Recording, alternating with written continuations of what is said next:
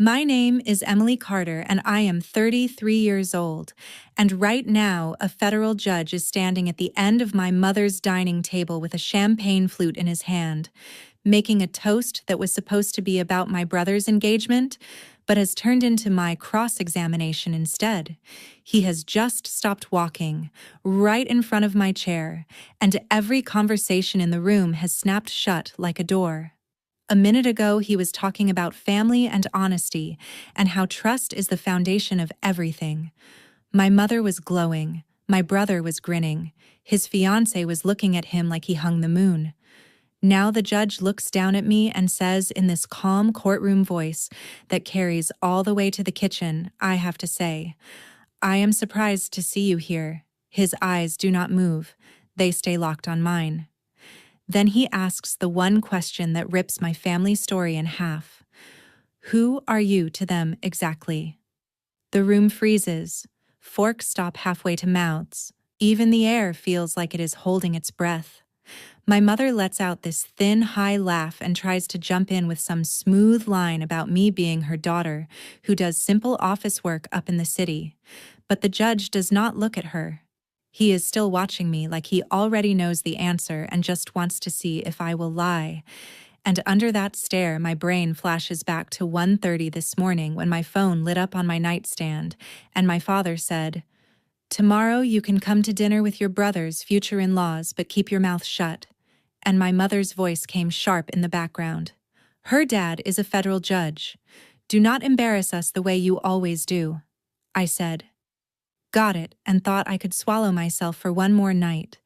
Now the very man they were so desperate to impress is waiting for my answer, and I know whatever I say next will either keep their house of lies standing or burn it to the ground. Before I tell you what he said, and what happened after I walked out, tell me, what time is it for you right now, and where are you watching from? I'm curious to see how far this story will travel. To understand how I ended up being the girl my own parents were afraid to claim in front of a judge, you have to understand the mantle test. That is what I started calling it in my head when I was 7 years old, standing in our living room in Maple Grove, Indiana, staring at the shelf over the fireplace. There were 6 framed photos up there. 5 of my little brother at different ages in different uniforms. T-ball, soccer, church Christmas play, birthday party with a frosting-smeared grin, and one of me. A stiff school picture where my front teeth were too big for my face. My photo was jammed behind a chunky ceramic angel and a fake ivy plant. You had to lean left and crane your neck to even see my eyes.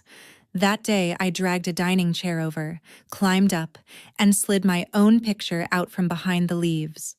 I put it dead center between 2 of my brothers. Then I climbed down and waited. The next afternoon when I got home from school, the chair was back at the table and my photo was back behind the ivy. That was the first mantle test. After that, I stopped moving the picture and started moving myself. Every time my mother erased me, I raised the stakes. When my brother made the all-star team, I told myself if I came home with straight A's, maybe my picture would move out from behind the plant. When he hit a game-winning double, I decided if I became valedictorian, maybe my mother would brag about me to someone, anyone. Instead, I graduated second in my class, and my mother skipped the ceremony to sit on a metal bleacher watching my brother warm the bench for a regional playoff. She called later and said they almost put him in, like that was the real headline. I took my full ride to Northwestern, packed everything into my rusty Civic, and drove the 3 hours to Chicago with my father's hug still stiff on my shoulders and my mother's parting words in my ear. Do not go getting any ideas above your raising. At college, I fell in love with words and records and the rush you get when you crack something open that people in power hoped would stay shut. I became the kid who stayed in the student newsroom until 3 in the morning chasing leads for stories no one thought mattered until they blew up on the front page. After graduation, I clawed my way into an entry-level job at a Chicago paper, the Herald, fetching coffee and fact-checking other reporters' copy until someone finally let me chase my own piece about a landlord who was letting kids live with mold and rats. That story led to inspections and fines, and a grudging "you" did good from my editor. I called my mother that night, bursting to tell her. She cut me off before I finished the first sentence and asked if I had heard how many points my brother had scored in his rec league game. I still tried the mantle test from a distance. Every promotion, every award, every pay raise. I thought maybe this time she will see me. Maybe this time she will put my picture where people can actually find it.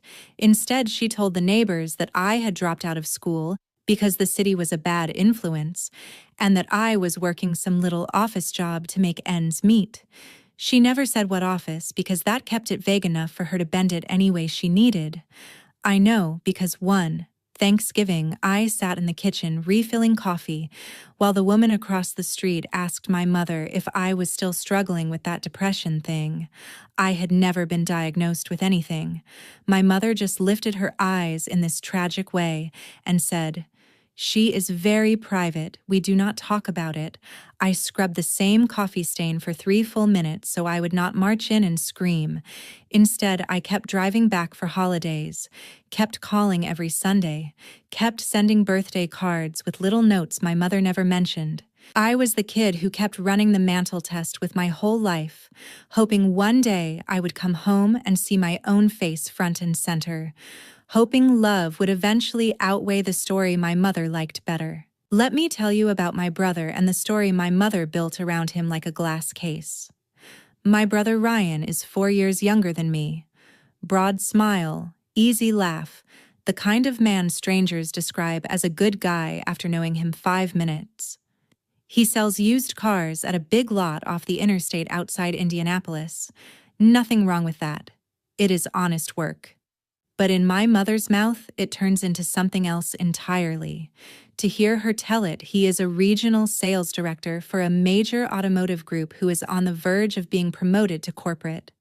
She tells the ladies at church that he manages dozens of people and is flown out to conferences. My favorite was the time she told her book club he had closed a multi-million-dollar fleet deal with the state. I only found that out because one of those women messaged me on social media to say how proud I must be of my baby brother. Meanwhile, Ryan still lives 15 minutes from our childhood house, has a supervisor who schedules his shifts, and sends me texts asking if I know anyone who needs a decent minivan. The first time I heard my mother inflate his title in front of me, I laughed because I thought it was a joke. "Mom, that is not his job. He is a salesperson." She shot me this look and said, "It sounds better this way. Why do you always have to be so negative?" Slowly it sank in that for her the issue was not what was true. It was what sounded good, and nothing about my life fit the picture she wanted on display. I do not have a husband or children. I live in a 1-bedroom apartment in the city with a dying ficus and a stack of reporter notebooks on the counter. My job as an investigative reporter means long hours, public hearings, and poking into the kind of secrets polite people pretend not to see. There is no way to spin that into something that makes you look like the perfect small-town mother. So she spun something else. She built an Instagram account that might as well have been called Mom of the Golden Sun. Photo after photo of Ryan in a suit at a dealership event. Ryan holding a plaque with a sales award. Ryan grilling burgers in our backyard while she wrote captions about how hard he worked for his team. I scrolled through over 2 years of posts one night while I sat alone on my couch after filing a story about corruption in the city housing department. I had just gotten word that my reporting was being nominated for a national award. My name did not appear once on her page, not even in the background of a Christmas photo. Just my elbow cropped out of frame here and there. On a weak impulse, I tapped a heart on one of the posts and commented, "Love seeing him happy." She deleted the comment within an hour. The only reason I know is because I checked back in a moment of self-loathing and found nothing. It was like I had tried to step into the picture and she had gently pushed me back out. Last year, my paper gave me the green light to dig into a series of police shootings in a nearby city. I spent 8 months buried in body cam footage, court transcripts, and records requests. I sat through every day of a civil trial where the family of a teenager sued the department. The federal judge on that case was the same man who would later stand in my mother's dining room. Back then, he was just the sharply focused figure in a black robe at the front of the courtroom, but he noticed me. He watched me take notes, watched me wait in the hallway for lawyers and families. After the verdict, he spoke on a criminal justice panel, and my editor made me cover it. When the room cleared, he stopped me on his way out and said, "Ms. Carter, your series was some of the most thorough reporting I have seen on this issue. It takes courage to hold a system like that to the light." Then he shook my hand and kept walking. I stood there clutching my notebook like it was an anchor, wanting to call my mother and tell her that a federal judge had just praised my work. I did not. The last time I tried to tell her about a big story, she had responded with, "Honey, nobody wants to hear about all that depressing stuff. Anyway, did I tell you Ryan might get a company car?" So I tucked that compliment away in the same quiet place I kept every win she did not want to see, never imagining that the judge and my family would collide around one dining table. The call came on a Tuesday night, or technically Wednesday morning, because my phone lit up on the nightstand at 1:30, and for a second I was sure someone had died. Nobody calls at that hour with good news. I fumbled it up to my ear and saw my father's name. His calls are rare enough in daylight. At that time, it felt like an emergency. "Dad, what is going on? Is everyone all right?" I sat up so fast my heart was already pounding. His voice came through low and careful, like he was reading a script and did not want anyone to hear him mess it up. Your brother and his fiancée are having her parents over for dinner Friday. Your mother says you can come. Can. Not should. Not we want you here." I exhaled and tried to slow the adrenaline. "Okay, sure. I can make that drive after work." Then in the background, I heard my mother's tone, sharp even through the speaker. "Did you tell her? Did you?" My father cleared his throat. "Your mom wants you to understand a few things. Her dad is a federal judge. It is a big night for Ryan. We want to make a good impression." My mother's voice cut in full force. "Emily, you can come, but you need to keep your mouth shut about your job. Do you understand me?" I stared at the dark ceiling like it might give me patience. "Why?" "Because this dinner is about your brother, not you. You have that reporter thing, and your stories upset people.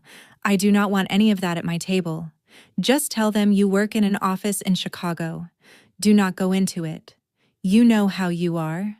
I knew exactly how I was. I was the kid who got told I was making a scene any time I did something that could not be turned into a brag about my brother. Even when I was 6, that scene was as small as talking for too long about the book I was reading. I clenched my jaw so tight my teeth hurt. "Mom, my work is not a scandal. It is my career. It is what I do." She snorted like I had just told a joke that annoyed her. "You always have to make things difficult. Do not embarrass us in front of important people. You think they want to hear about some crime stories from the city?" There it was plain. Not that she was proud and awkward about showing it, but that she was ashamed and wanted it hidden. I could have argued. I could have said, "You know, that important person has personally thanked me for my reporting." I could have said, "I am 33 years old and I am not going to lie about what I do. So you can pretend I am smaller than I am." Instead, I lay there in the dark with morning deadlines already circling my brain and heard myself say, "Fine." My father let out this relieved sigh and said, "We will see you Friday, kiddo," like he had just dodged a bomb. When the line went dead, I rolled onto my back and stared at the hairline crack in my bedroom ceiling. The mantle test had followed me all the way to Chicago, and I was still failing it. Friday, I clocked out at the Herald a little early, traded my usual jeans and press badge for dark jeans, a navy blouse, and the blazer I had worn on stage the night I accepted that national award for the police shooting series. I had not planned to. I had reached for it on habit. But as I slid my arms into the sleeves, I realized why it felt right. It was my armor. A quiet reminder that whatever story my mother told in that house, I knew who I really was. The drive from the city to Maple Grove is just under 3 hours if the traffic gods are kind. Cornfields, billboards, truck stops, and long stretches of highway thin as a string. Usually I fill it with podcasts and coffee. That day I drove in silence, replaying years of small edits and outright lies. The time a neighbor told me she was sorry my writing had not panned out when I had just been promoted. The time my aunt squeezed my arm at Thanksgiving and whispered, "Your mother says you are still struggling, but we are praying for you." Like my independence and my career were an illness that might clear up if I just came home and worked at the bank. Halfway there, I pulled into a gas station and stared at myself in the reflection of the window while the tank filled, high cheeks from my father's side, my mother's gray eyes, the blazer sitting on my shoulders like a secret. I tried to picture walking into that house and saying, "I refuse. I am not doing this." Then I heard my brother's laugh from 1,000 childhood afternoons when I read to him while he colored at my feet, and I thought, one quiet dinner, that is all this has to be. I can swallow myself for one night to make things easy for him. What I did not realize yet was that it would not stay my secret for long. I pulled into my parents' driveway an hour before anyone else was due. The house looked exactly like it had since I was a teenager. Same shutters, same wind chimes, same wreath my mother swapped out every season like a stage set. She opened the door before I even knocked, hair sprayed into place, lipstick perfect, eyes already scanning me from head to toe to see if I matched the story she planned to sell. "You are early," she said. Not a hello or a hug then. "Come in. We need to walk through a few things." She moved through the house like a director setting marks, gesturing at chairs, glasses, plates. "She will sit here. Her parents there. Your brother at the head. I will be here. You can sit down there." She pointed to the far corner of the long table where a single place card with my name waited quietly away from the center. I almost laughed because, of course, even the dinner geometry kept me on the edge. "Mom," I said, at least trying, "are you really going to introduce me as someone who does generic office work?" She straightened a napkin that did not need straightening and said, "Emily, you are so dramatic. No one cares what you do. They just need to know you have a job.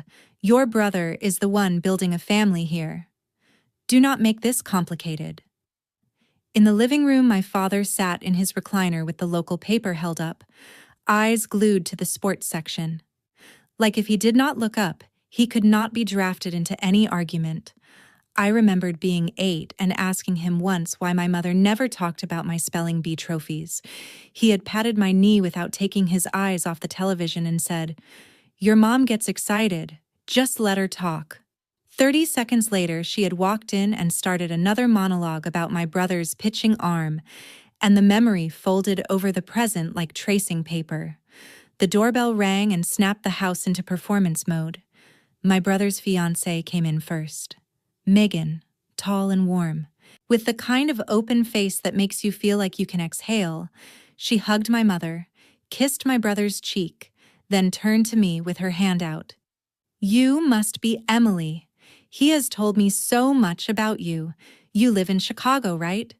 What do you do out there?" For one electric second, I could feel the answer on my tongue. The truth. The courtroom days. The late nights in the newsroom. Before I could open my mouth. My mother seemed to materialize at my shoulder, her nails grazing my arm just enough to pinch. "Emily just does administrative work for a little office downtown," she said. "Nothing exciting. Now let me see that ring." She looped her arm through Megan's and steered her toward the kitchen, her voice turning sugary as she cooed over the modest diamond. Megan looked back at me once over her shoulder, eyes studying me like she could feel the seam where my mother's sentence did not quite match my posture. The second doorbell came right on time. My brother stood straighter. My mother smoothed her blouse and opened the door with a wattage she saves for outsiders. In walked the judge and his wife. He was taller than he looked behind the bench. Silver hair, deliberate gaze. His wife, Diane, had the composed presence of someone who has spent her adult life being introduced as Mrs. and still kept her own mind. My mother launched into handshakes and compliments. "So honored to have you. Come in. Welcome to our home. This is our son, Ryan." She put both hands on my brother's shoulders as if presenting a prize. Ryan shook the judge's hand with that charm that has always come easy to him. I saw the judge measure him, polite, neutral. Then my mother turned toward me, her tone changing almost imperceptibly. Lighter, faster. "And this is our daughter, Emily. She works in an office in Chicago, keeps busy but nothing too intense." The judge took my hand, his palm warm, grip firm, his eyes locked onto my face and stayed there one heartbeat too long, "Carter," he said slowly. "Emily Carter." There was the flicker I had seen from the gallery seat. The way his brow tightens when a fact in front of him does not match the record in his head. My mother laughed too loudly. "They have had such a long drive. Let us get everyone seated." She broke our handshake by steering him toward the table. But as he moved away, he glanced back at me, not like a man who thought I looked familiar in that vague high school way, but like someone scrolling through a mental file. Dinner began with my mother in absolute command. She poured wine, refilled bread, and narrated my brother's supposed achievements in a steady stream. She is always telling us about the big accounts he handles. My father from the recliner said nothing, just relocated to his chair at the far end and applied himself to the roast. Every time I lifted my voice even to say something innocuous. "That salad dressing is really good, Mom," or "the pork is cooked perfectly." She slid something in front of me to send me away from the conversation. "Emily, will you grab more ice? Emily, could you check on the rolls? Em, why do you not go see if the coffee is ready?" The judge watched it all. His wife watched even closer.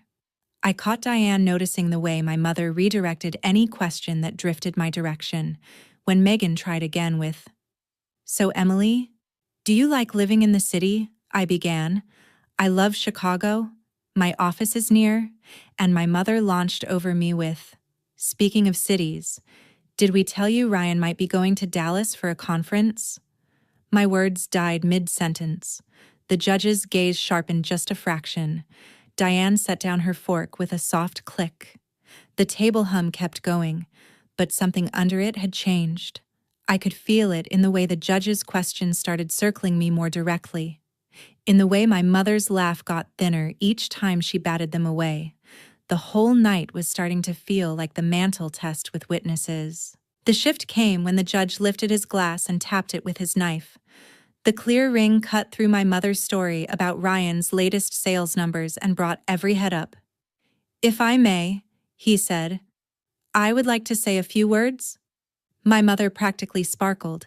This was what she had been angling for since the first place card was written. "Of course," she said, "we would be honored." He stood, buttoned his jacket in that practiced way people in power have, and began to talk about family and character and what it means to trust the people you are about to join your life with. He spoke first to Megan, telling her she had always had a talent for seeing people clearly, that it was a gift. Then to my brother, saying, "I believe in second impressions as much as first ones. This dinner was meant to let us see each other." My brother smiled like he had just passed an exam. My mother's hand found my father's under the table. He sat rigid, letting her squeeze his fingers like she always did when she wanted him to act supportive. Then the judge began to walk slowly around the far side of the table as he talked, an old habit from his courtroom days, addressing the jury, making eye contact with each person. When he reached my corner, he stopped, turned toward me fully, and let the silence stretch just long enough that every eye followed his. "I have to say," he repeated, and this time he let the weight of his words settle. "I am surprised to see you here." My mother jumped in with her bright voice. "Oh, Emily is very private, but she is thrilled for her brother. We are all just so happy." He did not even glance at her. His gaze stayed steady on me. "Who are you to them exactly?" he asked, not unkind, but with the precise curiosity of a man who already knew the outline and was giving me a chance to fill in the blanks. My heart punched against my ribs. For a heartbeat, I considered doing what my mother had asked, shrinking, smiling, repeating her line about office work and letting the moment slide past. But I remembered the way he had said Ms. Carter in that courthouse hallway months ago. Remembered the stack of articles with my byline spread out on my editor's desk. Remembered the way my own name had never once crossed my mother's lips online, and I heard myself say, "I am their daughter and Ryan's sister, and I am an investigative reporter for the Chicago Herald." The silence that followed had a different texture than the usual awkward pause. It was dense, loaded. My mother's chair scraped an inch. "You know," she said with a tight laugh, "Emily plays around with some writing, but really she just does office work." The judge finally turned his head toward her, his expression blank in the way that says everything. "Mrs. Carter," he said to me, "your series on the Southport police shootings was some of the most important journalism I have seen in my courtroom.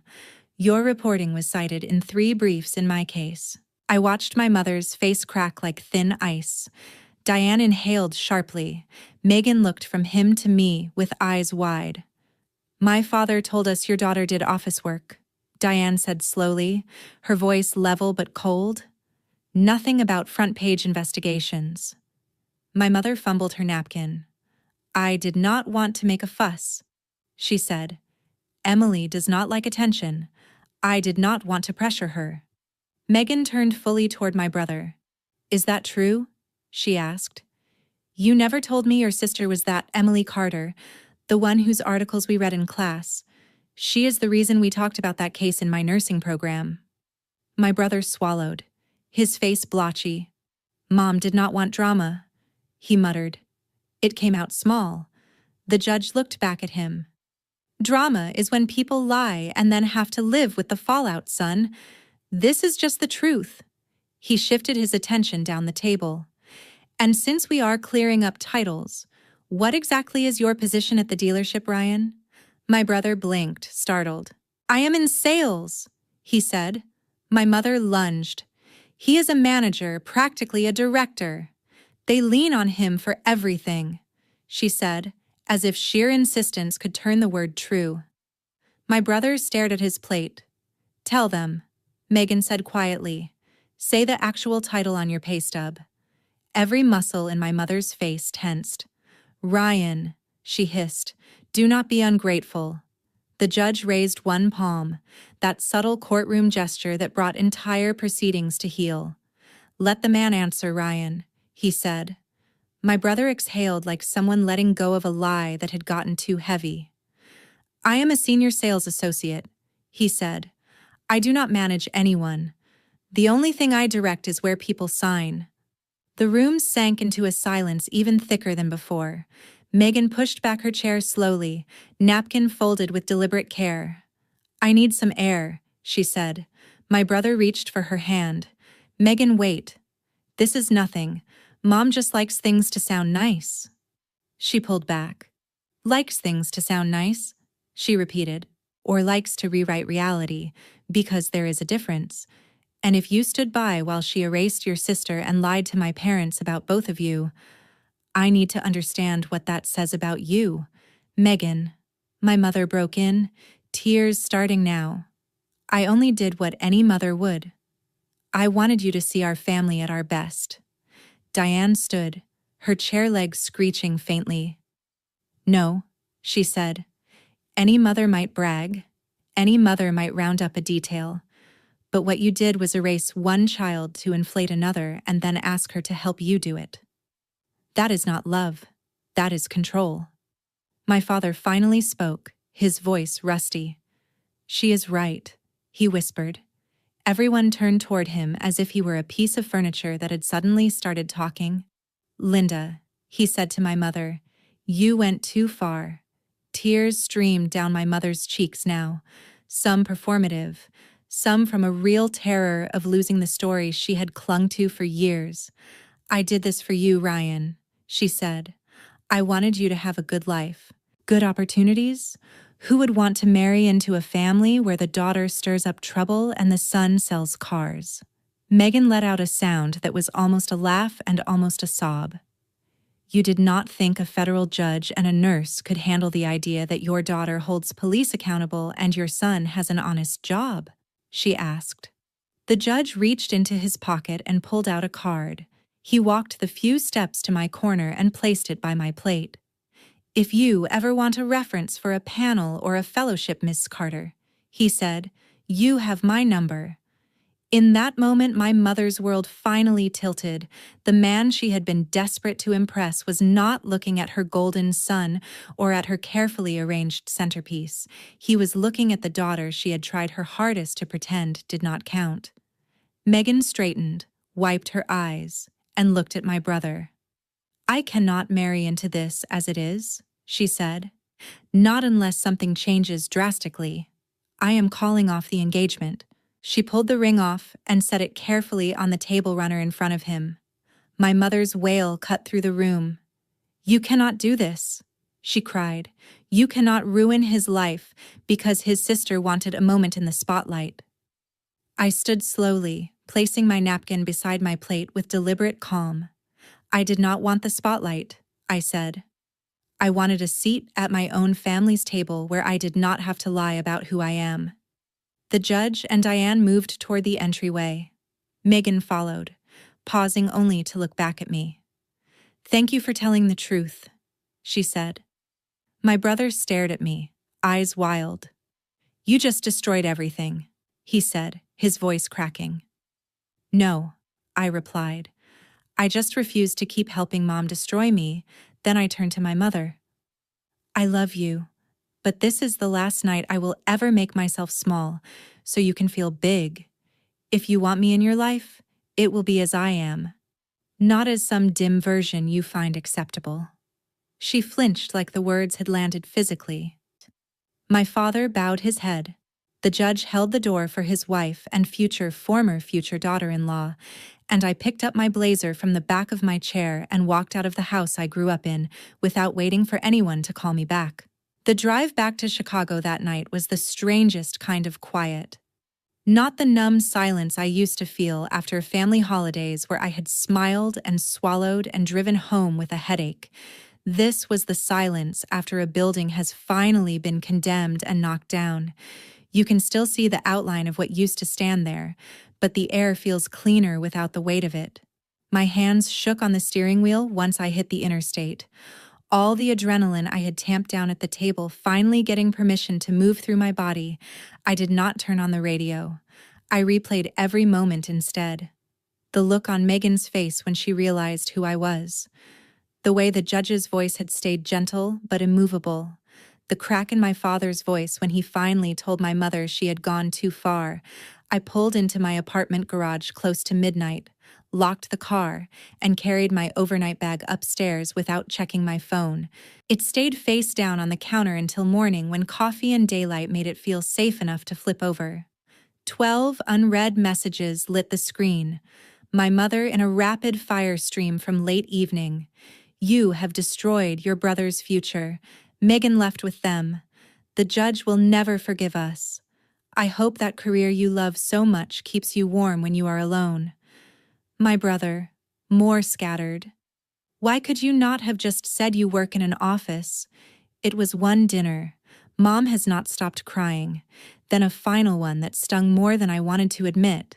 "You always have to make everything about you." Dad had sent one at dawn. "I am sorry, Em." That was all it said. 3 words more than I had ever heard him offer in person. Then there was a number I did not recognize with a local area code from back home. "Hi, Emily. This is Megan. I am so sorry about last night. I had no idea what your mother had told my parents about you. If you are willing, I would like to meet for coffee when I come back through the city. I want to hear your side without anyone editing it. I stared at that message the longest, something in my chest loosening for the first time in hours. We met 2 weeks later at a cafe near my office. She showed up in jeans and a sweatshirt with her hair in a messy bun, looking more like a grad student than the poised woman from the dinner. "Thank you for meeting me," she said, hands wrapped around her mug. "My mother told your parents that I was unstable. Did you know that?" I asked without preamble. She winced. "She implied you had issues and were not close to the family. She said the city had changed you, and that it was better not to bring up complicated topics around you." My father was expecting someone fragile or volatile at that table. Instead, he saw the woman whose articles he had been quoting to his clerks. Ryan admitted later that he knew about the lies. Not all the details, but the gist. He shrugged it off as just how your mom is. I let the words land. "That sentence," I said, "is how bad behavior stays glued into families for generations. Just how they are. It is the most dangerous shrug in the world." Megan nodded, eyes bright. "I am not saying Ryan is evil," she said, "but he has let your mom hide behind him for years, and he has been willing to let you take the cost." I asked her if she was really done with the engagement. She looked down at her hands. I told him I would consider trying again if he did real work.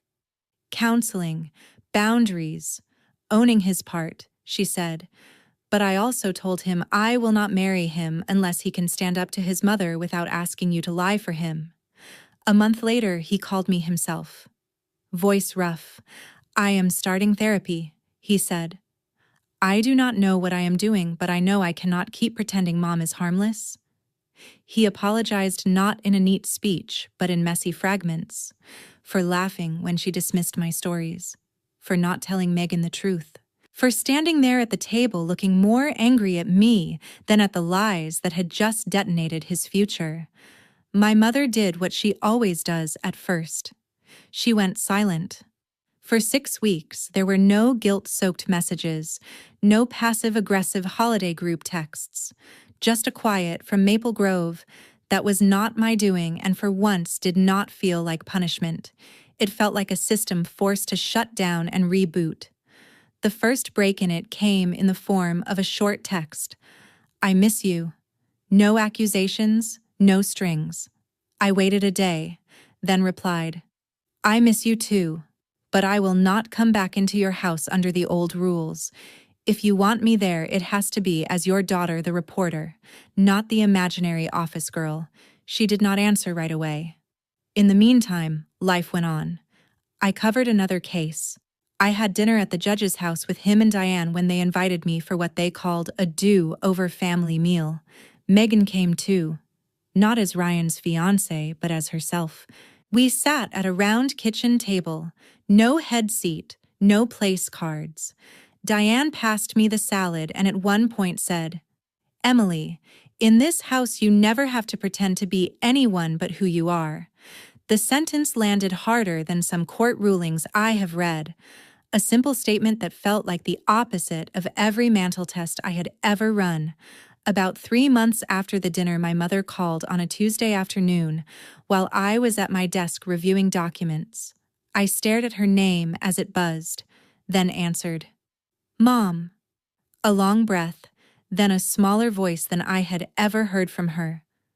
"I do not know how to do this," she said, "but your father says I should try starting with the truth." I wanted that night to make us look like a family worth marrying into, and I was terrified that if they knew who you really are, they would think less of us. It came out twisted. I stayed silent, let her sit in it. Finally, she said, "I am sorry for lying about you. I am sorry for asking you to hide. I do not understand your world, but I should have asked you to explain it instead of pretending it did not count." It was not the grand public apology some part of me had dreamed about. Not her standing up in church and confessing that she had erased me. But it was a crack in the wall I had thought might never shift, I told her. I will not accept being made small again, but if you are willing to learn a new way to be my mother, I am willing to try. A few weeks later, I drove back to Maple Grove for the first time since that disaster of a dinner. No big event, just a Saturday afternoon. My father met me on the porch and pulled me into an awkward hug that lasted 2 beats longer than usual. Inside, the first thing I noticed was the mantel. 6 photos still, but this time my childhood picture was not behind the ivy. It was front and center next to Ryan's most recent shot. The plant had been moved to the side, crook, like my mother had not quite known what to do with it. I stood there looking at that simple change and understood that this was as close as she could come right now to standing in front of a judge and saying, I was wrong. Later that night over meatloaf at the kitchen table, she asked, So how does the story of yours go from an idea in your head to the front page? It was a basic question, the kind any parent might toss out lazy over dinner. For me, it felt like a door opening, I answered, step by step. And she listened without changing the subject, without redirecting to Ryan, without making my work sound like a cute hobby. Here is what I want you to take from all of this. If you have ever sat at a table where your own family treated you like an extra in their play, love that demands you shrink is not love, it is management. If someone needs you to lie about who you are so they can feel comfortable, they are not protecting you. They are protecting the story they tell about themselves. The night that Judge stood in front of me and asked who I was to my own family, I thought I might lose my mother for good if I answered honestly. What I lost instead was the role she had cast me in, the invisible daughter who keeps quiet so the golden child can shine. Roles can be recast. Boundaries are not walls, but doors. And you get to decide who walks through. If you are sitting at a table right now in your own life where the price of admission is making yourself small, ask yourself who taught you that was the cost of belonging and whether they have actually earned that much power over you. And if you could say one sentence to the person who tried to make you small, what would it be? I hope you write it down somewhere, even if they never hear it, because the first person who needs to know you are done shrinking is you.